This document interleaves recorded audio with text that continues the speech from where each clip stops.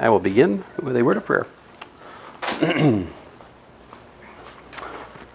So, Heavenly Father, we thank you for this opportunity to meet and study your creation. Just pray that you would be glorified in what we do, and that we all understand a little bit more about how differential equations describe the world that we live in, Lord. In your name, I pray, Lord Jesus. Amen. Before I forget, here's the exciting attendance sheet. There you go. So I wanted to poke around with the D field and P plane. So here's like a website. I think I gave you a link to this in the announcement.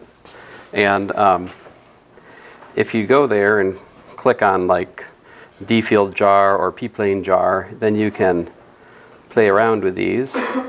And like here's the D field one. So, and it may be hard for you guys to see. It's definitely gonna be hard to see on the video. But up here, I put the dependent variable in there. I called it y. There's a prime here, believe it or not. And then over here, this is the, you put whatever you want your differential equation to be over here. I put the independent variables x. So here we're looking at dy dx equals to y. That's the differential equation. This is the corresponding direction field. Now it's not quite the, I used to have an isocline plotter. I have lost that somehow to history. But you notice there's like little arrows. The arrows are just going to be pointing in the direction of positive x. That's what's going on here. I'm not sure how to get rid of the arrowheads, and it doesn't really matter. But the point is that those arrows indicate potential slopes for solutions. Then you take your clickety clicker and click, and it traces out solution that goes through these different points. All right. So you can like just plug in, dy dx equals to f of xy, and you can plot the direction field and see what happens. Like, for example, what would it look like if we had, say, dy dx equals to, I don't know, y squared plus x squared? What would that look like, I have no idea. Let's find out. Apparently, it looks something kind of, sort of, like this. Now, let me resume here. Let me just go like 2 to 2 and minus 2 to 2 so we can better see what's going on. So I'm looking at dy dx equals to x squared plus y squared, and I'll click on some things so you can kind of see what it looked like. What's special about this differential equation?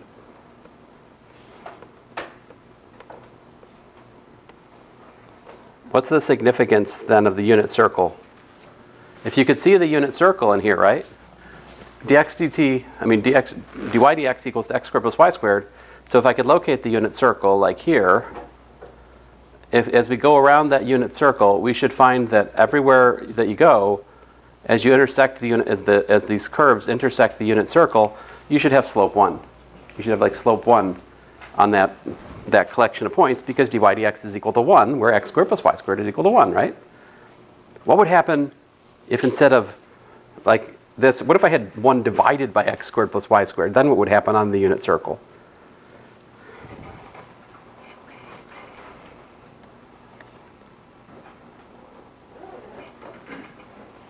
Let's graph the phase plane then and see what happens. Well then, what's happening on the unit circle?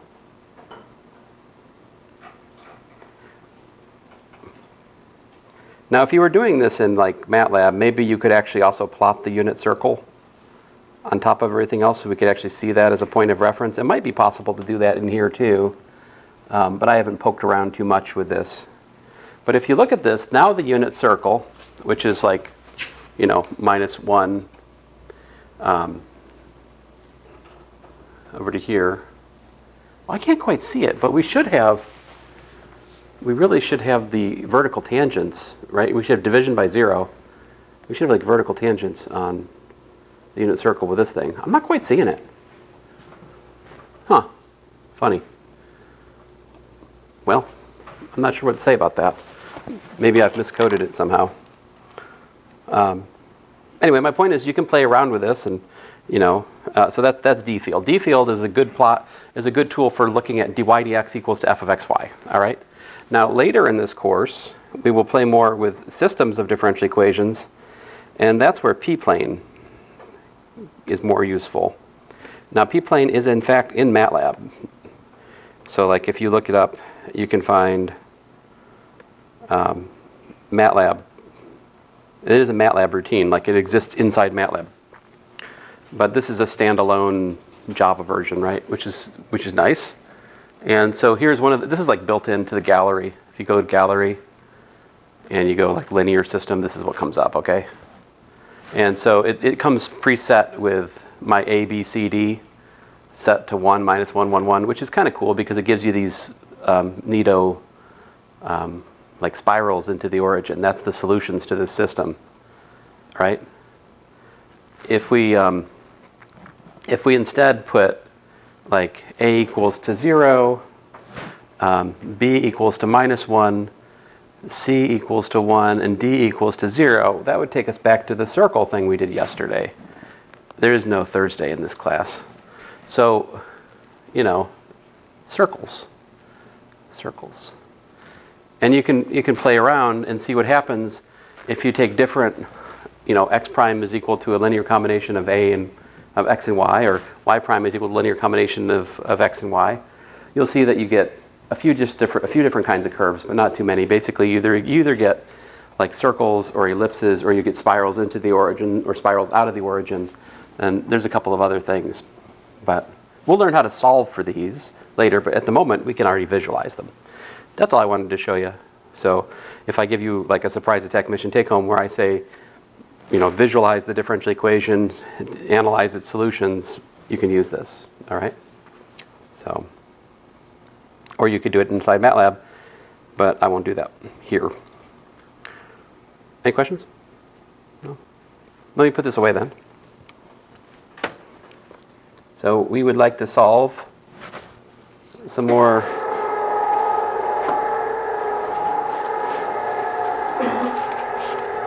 I think I sprayed this stuff on that and never wiped it off. It was dumb.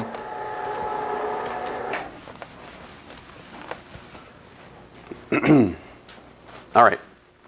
So today I'm talking about applications, not for a job, but of differential equations. So example 1, let's suppose that we have a force of friction, which is like minus beta, say v squared. All right, and this is for motion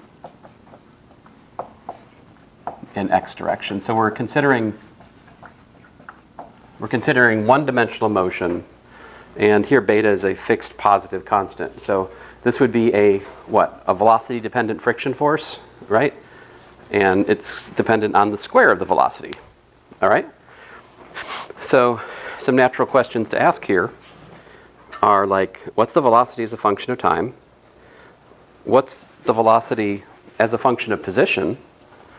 And also, hey, what's the position as a function of time? We can solve those questions and answer those in terms of the initial position and velocity. So we're going to assume x at time 0 is x naught, and the velocity at time 0 is v naught. All right. So first of all, we do what? And so we have the mass, right, times the acceleration is equal to the net force. But in this context, this is the only force. The only force is the force of friction, all right? So we're just going to, in this context, solve minus beta v squared, all right? And so what I've got is I've got m dv dt is equal to minus beta v squared, right? So I can separate variables like so. I'll put the minus on the v because that's nice. And then I've got a beta over m dt over here. Separate and integrate. And I'm going to go ahead and integrate from the initial velocity to the final velocity. And likewise, I'll integrate from the initial time to the final time. This is the U substitution theorem. It says that if you're doing an integral where you have different variables on different sides, you have to have corresponding bounds. So I'm saying that the velocity v sub f is the velocity at time t sub f. And I'm saying the velocity of sub naught is the velocity at t naught. All right? And doing that is super nice because then I just have like 1 over vf minus 1 over v naught equals to like beta over m times tf minus t naught. All right? And then I can solve. So then what I do is I say, okay, so I'm going to let vf equals to v and tf equals to t now that I'm past the integration. And so that gives me like 1 over v is equal to 1 over v naught plus beta over m t minus t naught. And finally, we can solve for v. We've got v is 1 over v naught plus beta over m t minus t naught solved for v there, right? I'll write it up here. I'm going to simplify it a bit.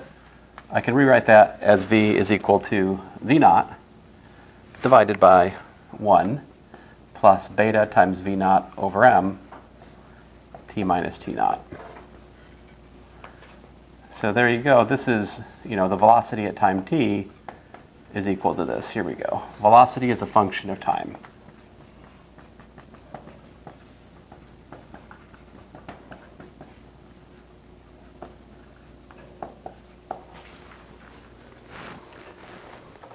So how would I find the position as a function of time? What do I do next?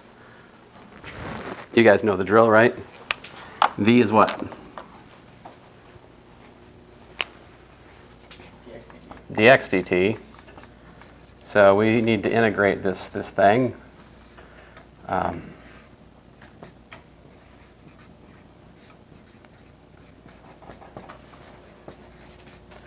I recommend, we're going to make a u substitution here at some point, but if I can find a better marker. So separate.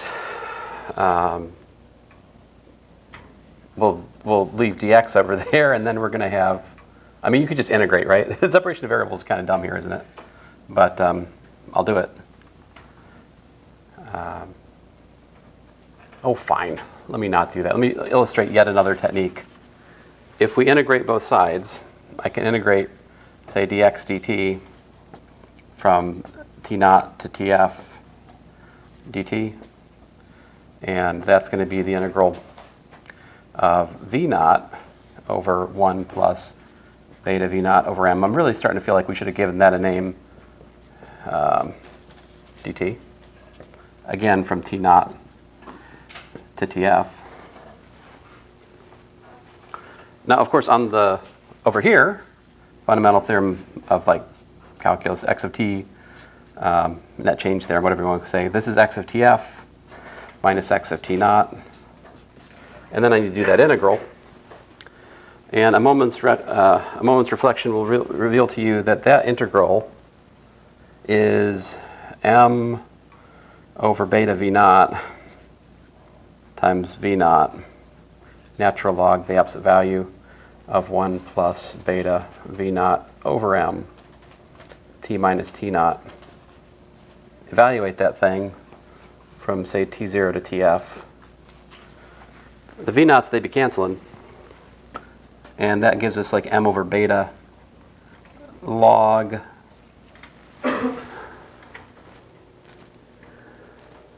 of, is that right? The v naughts cancel? I think so, yeah.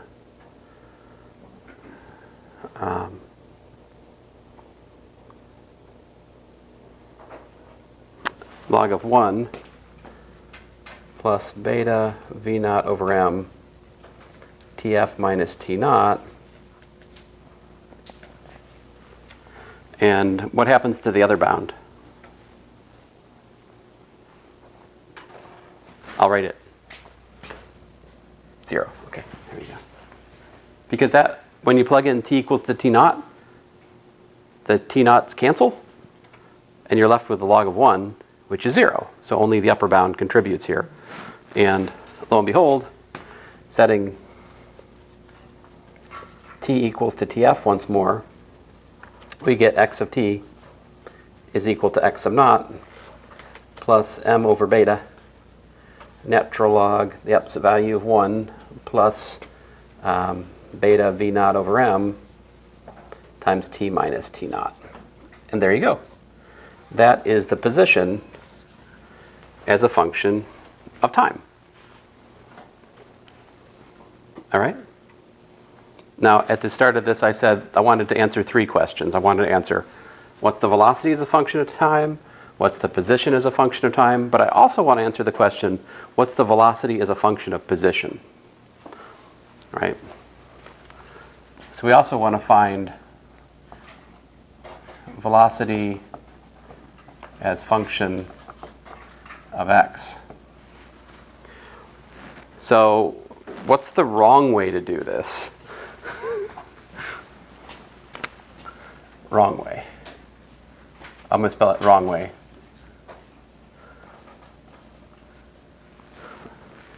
So wrong way, here's 2, here's 1. So we solve 2 for t equals to a function of x, then plug into 1. This is the, I know it's bothering you guys. So this is the wrong way, right? This is the very wrong way. No. But you could do it. You could solve for t, right? Plug it in, then you'd have v as a function of x. What's the right way to do that, though? Do you guys remember? You might have learned this in Physics 231. I sometimes cover it there. There's a trick, right? And the trick is this. ma, right, is m dv dt, which is also, in the one-dimensional context, m dx dt times dv dx by the chain rule. So you see I've got, which is, by the way, m v dv dx, but that's equal to minus beta v squared. And hey, well that's not so bad. That's a separation of variables problem. We can solve that without breaking a sweat, right? So what we got? We got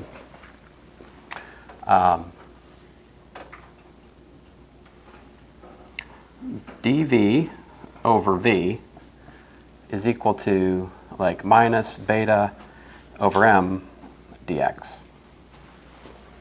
Separating variables, all right? And then I'm going to do the same thing I did in the last calculation. I'm going to integrate from v naught to vf, and I'm going to integrate likewise over here from x naught to xf. And that gives me the natural log the absolute value of vf minus the natural log the absolute value of v naught is minus beta over m xf minus x naught. And then I will let v equals to vf and x equals to xf for my my next move here. That gives me the natural log the absolute value of v is equal to the natural log the absolute value of v naught minus beta over m x minus x naught. All right, then what? Solve for v, right? So the absolute value of v is equal to the exponential of the natural log the absolute value of v naught minus beta over m x minus x naught. Then I need to use my properties of exponents, right?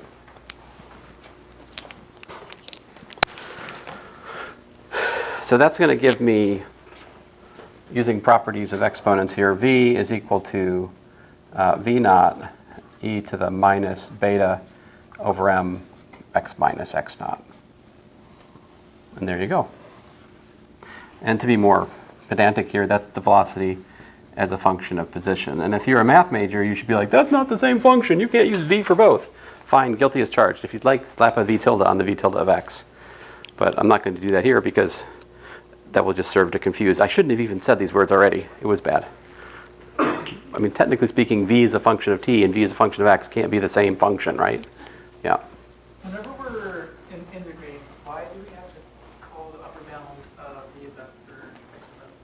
Why can't we just say it's... Because we can't integrate with the same letter that we're integrating. I mean, we can't use the same letter both for the integration variable and the bound. Like this is no allowed. It begs the confusion of the fixed but arbitrary thing we're integrating to versus the dummy variable of integration. So We just should. calling it some arbitrary constant and then plugging it back in as. Right. Because ultimately we want to call that v, so vf is just kind of a temporary way station. I mean, obviously you want to distinguish between the upper bound and the lower bound in this story, right? Now the other way to do this, of course, would be to do indefinite integrals, right? And then fit the initial condition. And I also do that sometimes. So it's kind of up to you which method you prefer. So, all right, what happens, what's the limit as x goes to infinity of v of x equal to? And by the way, we're assuming beta and m are positive, right? Okay?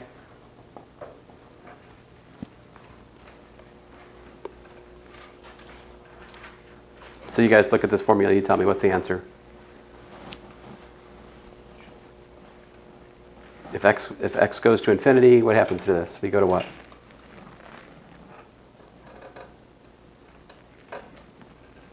It looks like it also goes to infinity, but I could be wrong.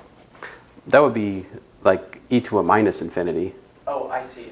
Yeah. It goes to 0, right, yeah. How about the limit as t goes to infinity of v of t? What's that go? What happens with that formula?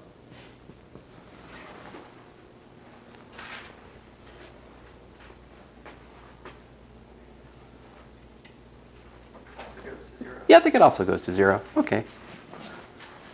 Interesting. What's the limit as t goes to infinity for x of t here?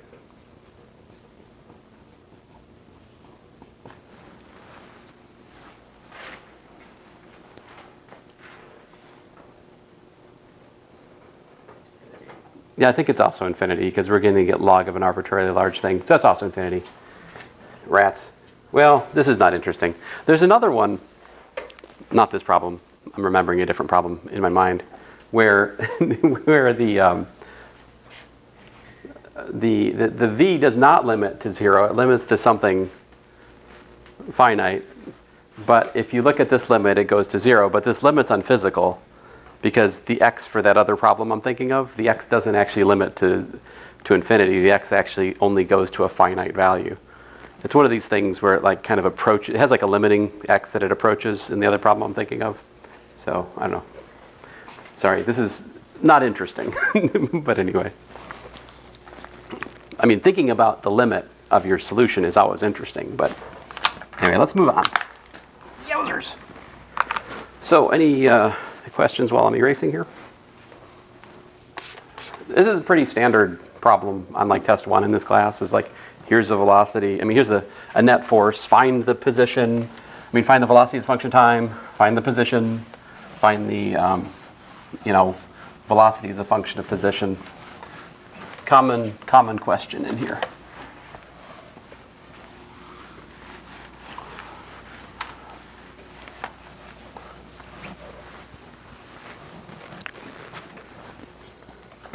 Another example I should show you guys is Newton's law of cooling.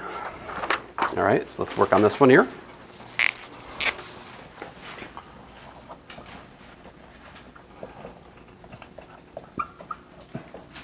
This is a nice example. So here, Newton's law of cooling says that the rate of change of the temperature with respect to time is proportional to the temperature minus like some room temperature. So here, T naught is like the room temperature or the ambient temperature, and K is, some, well, you guys tell me, should K be positive or negative in this? What would make sense physically?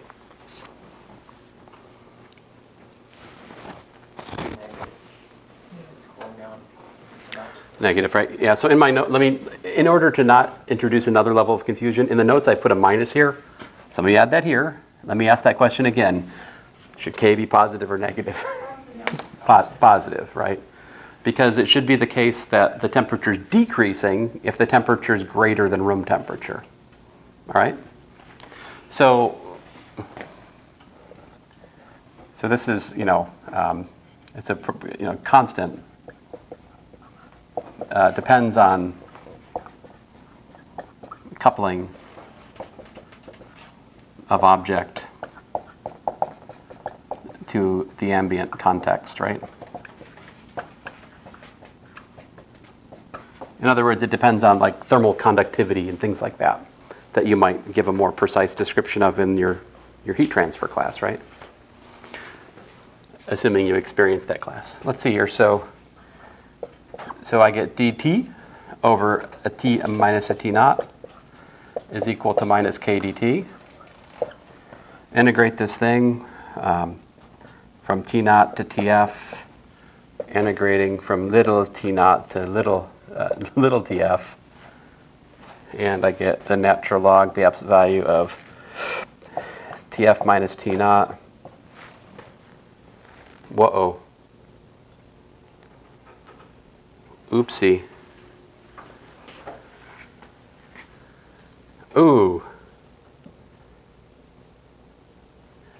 I cannot do that. That's a problem. Look at this. If I just try to do, I cannot do this that way. That's funny. I have not noticed this before. This is a quirk of my lecture today that has led me to do this integration this way. So what I'm about to write down is minus the natural log of 0. Not a good look, right? So T naught's exceptional here. You notice that there is a solution to this differential equation, namely room temperature. Right? That's not the solution we're interested in. And as such, I need to stay away from room temperature. So anyway, let me just... Man, if you had asked me to find an example where using the bound integration like I was in the last example blows up in your face, I could not have come up with it. But here it is.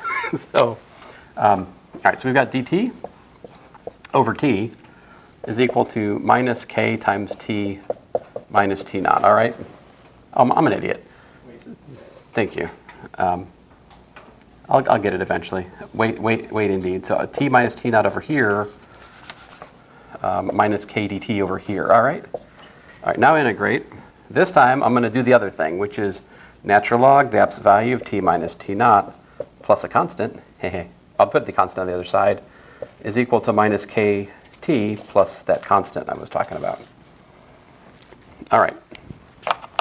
Exponentiate both sides. We have, the absolute value of t minus t naught is e to the minus kt plus that constant, which gives us t minus t naught is like plus or minus e to the c times e to the minus kt. So finally my solution is something like t of t is room temperature plus some constant. Let's call it, I better not call it k, that's probably a bad choice here, right?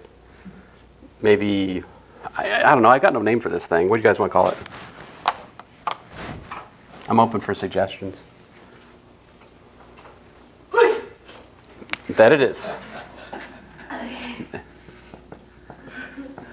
Sneeze, e to the minus kt. That's not a very practical variable name, but we're going to go with it.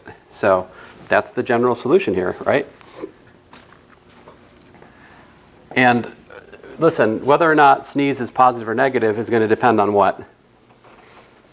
Whether it starts off under room temperature. Right, whether you're above or below room temperature, sneeze is going to be plus or minus.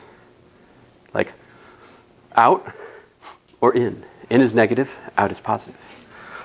Those are the, that's how you define the signs, the polarity of sneezes. All right, so this is a very interesting differential equation in some sense because you notice that there is how many variables here? T naught, sneeze, and k, right? So in order to solve a Newton's law of cooling problem, you need 3 pieces of data. You either need to be given room temperature, one temperature, and another one. Like that, you have to be given 3 pieces of data. So like, if the room temperature is like say 70 degrees, and you know that the initial time. Oh man, I shouldn't use T naught for. Well, I'm an idiot. Like T naught is not what to call that. I'm sorry, guys. Let us fix this before this monstrosity goes on. Everywhere you have T naught, we should be putting R naught, like room temperature. Because, right, let's change all of those to R naughts, because that's what we should have, not T naught. That is the origin of my mysterious divergence. Good grief. I'm sorry, guys. Goodness gracious. I mean, I wonder what am I going to do in the next class? Good night. So room temperature, 70 degrees. We could now actually write the sneeze in terms of the initial temperature. See, because if the initial temperature, which I would actually like to use my standard notation of T sub naught for, suppose that's 100 degrees, right? Then we have, like 100 degrees is 70 degrees plus sneeze times e to the 0, right? So in this case, we can see that sneeze is what? 30 degrees. And then usually the way this question is asked is like, oh, I also need to give you something else. I need to do something like after 10 minutes, let's say this is a cup of coffee. After 10 minutes, let's say it cools to 90 degrees.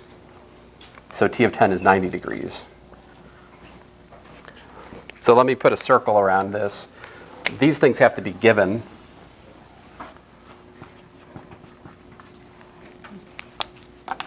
So let's where are we? T of t is 70 plus 30 e to the minus kt, right?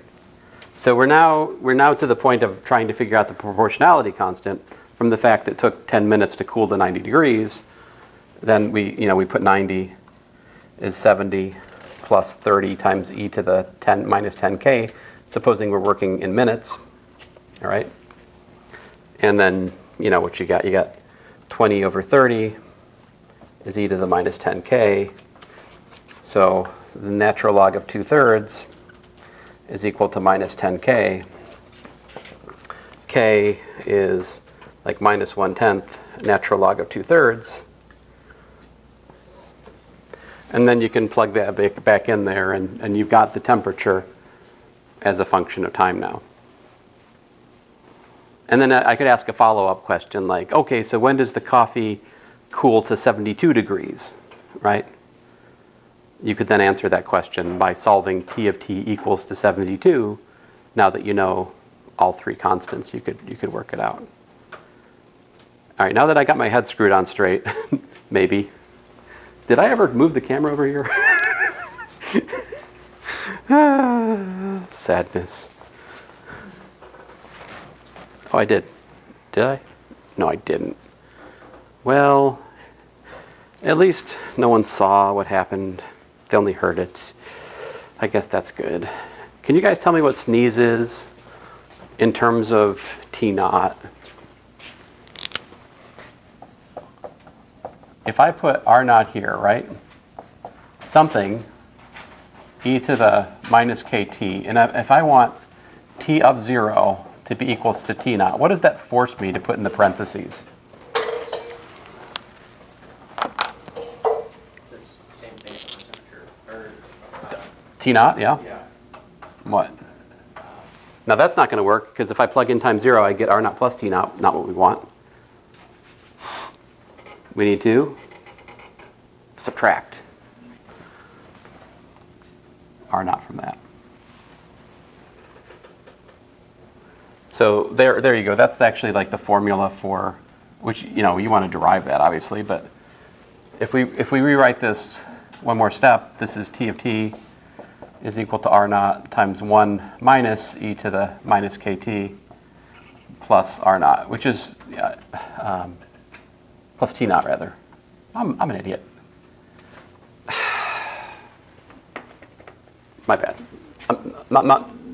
It's fine. I just was doing the wrong thing. T naught e to the minus kt. So if you look at this formula, that's kind of cool. That's a nice formula because it makes manifest our intuition from the start of this, right? That as time goes to infinity, this piece drops out, right? Whatever the initial temperature is, gone. And what are you left with? Room temperature, right? Because this drops to 0 as time goes to infinity. So, but Newton's law of cooling is actually very simple if you just stop and look at it. All it says is that the rate of change of temperature is simply proportional to the difference in temperature of your object from room temperature. Such a simple differential equation, and has tons of application. Now, if you read, Nagel's Snyder, he's got like a whole long, discussion of like modifying this thing to do like, I think he calls it compartmental analysis, where you're trying to like model heat flow into or out of a building to try to optimize, like how you heat or cool a building in terms of this kind of thing. So you can make it more complicated if you want to, but this is good enough for us.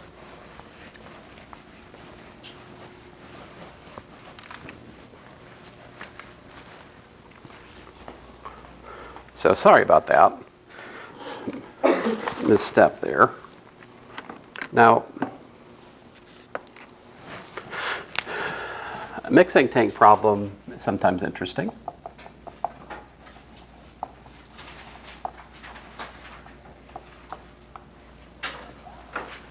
So how's that? What's a mixing tank problem? This is something where you've got some kind of tank, right? And it's mixing some particular thing. Usually people talk about salt, but it could be Kool-Aid, whatever. And we draw a picture. Got something like, here's my mixing tank, all right? And you've got some kind of flow of stuff in, right? And then you've got some other kind of flow of stuff out.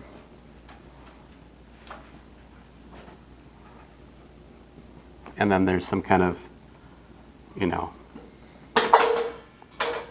thing spinning around in here, mixing. And there's a variety of different versions of this that you can try to solve. Probably the simplest one is when you have a fixed volume. And how would you have a fixed volume? Is if the rate in, it matches the rate out, right? So let's start with that. Suppose we've got, 1,000 liters, and we got 10 liters per minute in, and we've got 10 liters per minute out, all right? And then, now you can suppose that the input, now there's other things we can do. We can suppose that the input is pure water, right? Or we could suppose that the input is some sort of like, saline solution, all right? So let us suppose that it's Kool-Aid, and the input Kool-Aid is at a concentration of 1 kilogram of Kool-Aid per liter. Actually, let me make it just be totally ridiculous, 2 kilograms of Kool-Aid per liter. That'll make this more interesting. So that's what I'm saying is coming in up here, right? And we'll suppose that this water initially pure. Right, so initially it's a tank of just plain water, 1,000 liters of it, and then you're dumping this Kool-Aid mixture into the top of it and mixing it well. All right? So do you guys understand the setup of the problem? I've given you the initial amount of Kool-Aid in the tank and, all right. So what we want to do is we're going to let y equals to kilogram of Kool-Aid in tank. All right, that's the thing. And so dy dt is what we want to describe with the differential equation. All right. And what should my differential equation be?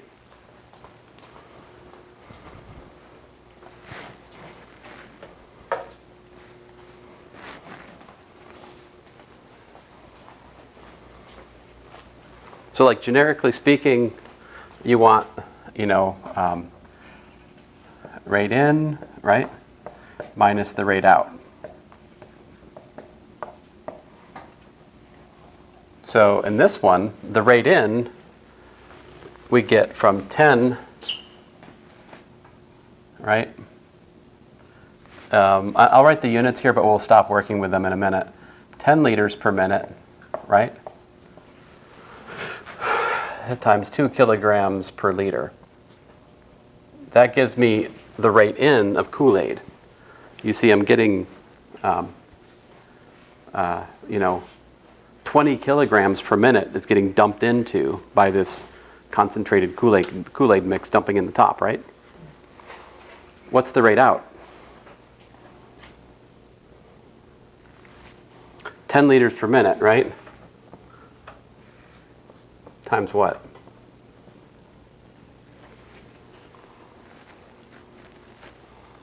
I need the concentration of Kool-Aid in the tank. What is that?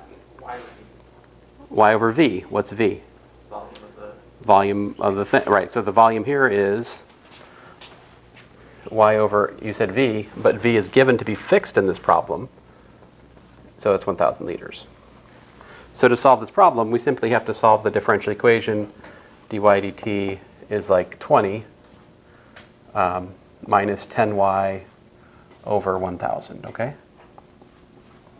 And this is, of course, in minutes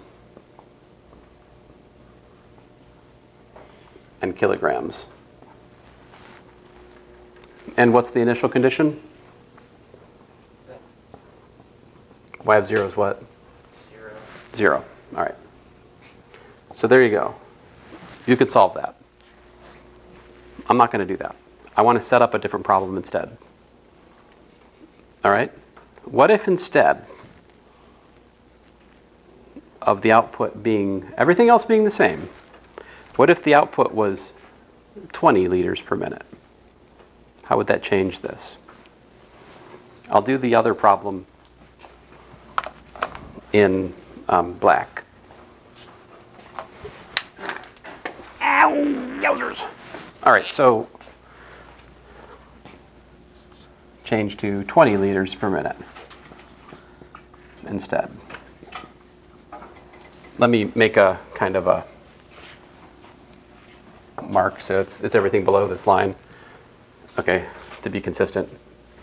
There we go. So in this case, what's the volume of water?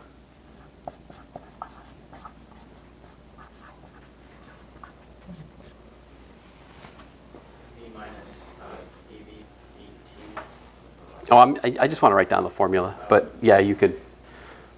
That's very differential equations of you. I like that, but no, we can just straight write it down. It's 1,000 minus what? 10t. Minus, you say minus 10t? Yes. I think that's right. Let's check it. After 1 minute, we have 990 liters being mixed. That makes sense because we started with 1,000. I'm starting with 1,000. And then we dumped 10 in during that minute, but we dumped 20 out. So that gives us a net of loss of 10 in the first minute, and so forth. And we're assuming it's a constant rate here. So yeah, the volume of water is 1,000 minus 10t. So basically everything else goes the same then, right? I still got dy dt is equal to 20, right? Minus Now, I got to be careful. It's not 10y now, because the rate out, what's the new rate out?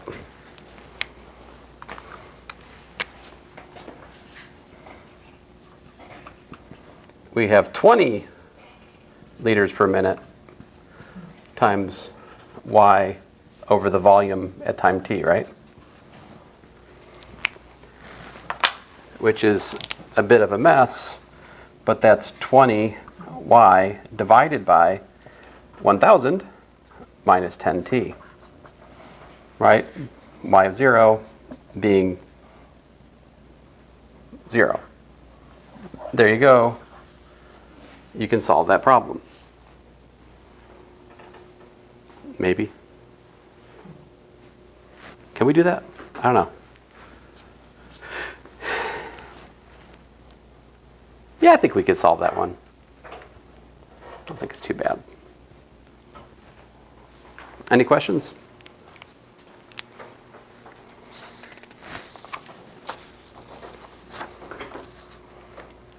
What are other examples of differential equations? Yeah? Let me cheat a bit here and get the projector out and show you a few.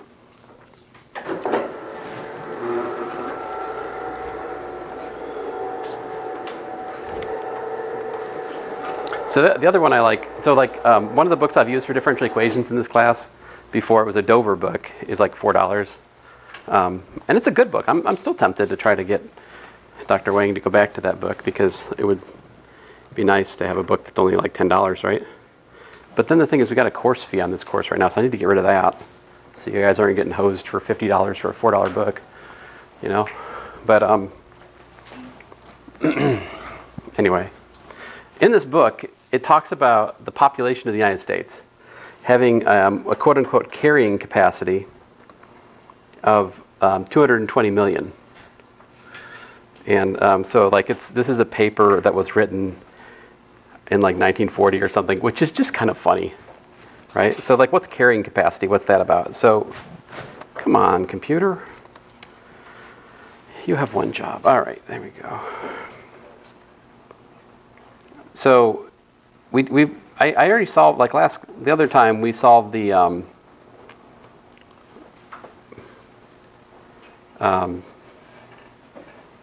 population growth, right?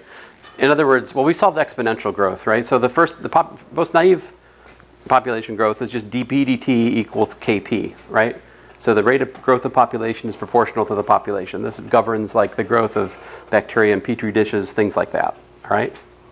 But in principle, at some point, you run into a problem where you run out of resources, right? So like, if you have too many dogs, you don't have enough food, they start dying, right? It doesn't matter. Like there's a death rate that comes into play. And so that turns out to be most natural to model by a p-squared, actually. But I think it's more to the point. This is the differential equation. You get dp over p times 1 minus. So rewriting it that way sort of more reveals the meaning of the squared term. It has to do with the so-called carrying capacity. You notice what happens there is that dp dt is 0. If I could... it's not. I don't have it anywhere written here, but if I wrote it like this, I'd have dp dt is p times 1 minus p over c times k1. So what happens is when p is equal to c, you get dp dt is equal to 0. You know, the population growth grows to 0. So if you had a population more than the carrying capacity, your population drops to the carrying capacity. If you have a population less than the carrying capacity, it will go up to that. And that's what this mathematics shows. It's, here's the formula that you can work out. So this is, your carrying capacity, and then this. And what happens here is as t goes to infinity, this piece drops out, and all populations tend to the carrying capacity. Now, is this a realistic model of population growth? Well, certainly not, right? Like, in fact, all population models are like pretty much stupid like this. But so this is 1920 paper by, I was talking about Pearl and Reed, Here's their formula for population of the United States. Carrying capacity of 210, and yeah, so, and that was based on, population growth in previous years, like 1790 and I think 1850 or something. But anyway, such is the nature of population modeling, it's never really right, because the thing population models never account for is like acts of government or tragedy or both. But anyway, have a good weekend, you guys.